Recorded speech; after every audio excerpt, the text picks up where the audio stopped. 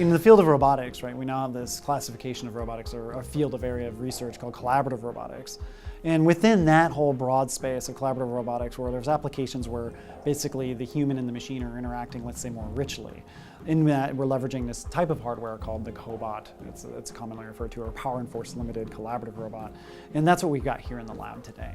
Describe to us the difference between robots, and they're a large-scale robot, and this one with human interaction. What makes this revolutionary?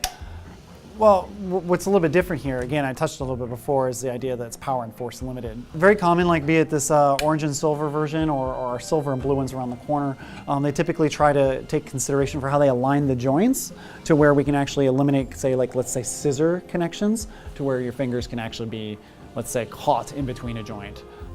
The pinch point is eliminated in that way. So you see a lot of this basically offsetting of the joints. Now, that being said, a robot with a knife is just as dangerous, whether it's one of our big, heavy industrial friends or one of these smaller. So again, consideration of your application is still very important. It requires its own risk considerations. But again, I'm using some advanced sensors to actually monitor what the person's doing, and I'm applying some sense of safety zone.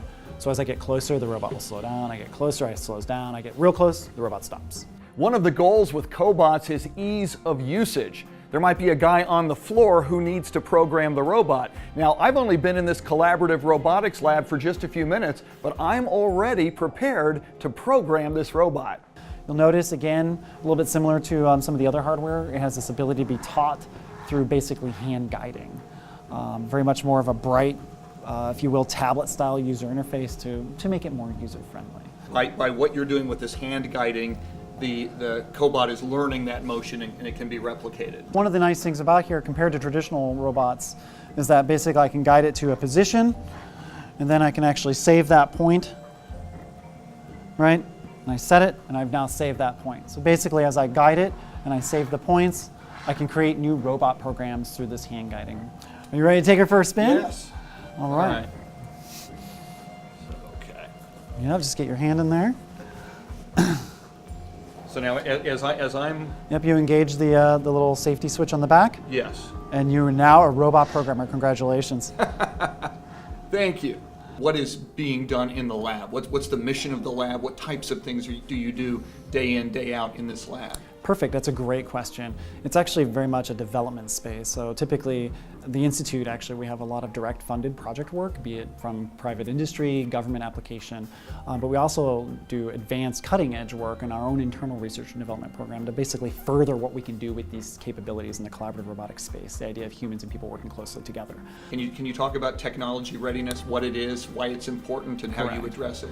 Yeah, so as part of that, when we talk about developing new and advanced applications, we need to be thinking about the technology readiness level, or TRL. It's basically a spectrum that assesses how ready this is, if you will, to go into the factory. Right, so typically here the Institute works in that TRL 4 to 7 range. We're basically taking it from, like, say, a concept or idea that works well in a lab and getting it into that factory. What we hope to see, obviously, and the reason we have this lab, is even moving the ball forward even further to where the idea that the human and the machine can actually work more cooperatively together to solve tasks, right? This machine can actually be an effective partner on that factory floor with the worker, and that's a really exciting thing to think about. It really changes, both makes the idea of working in production or a factory more appealing to a worker, and obviously increases productivity and the value proposition for all the manufacturers here in the US and beyond.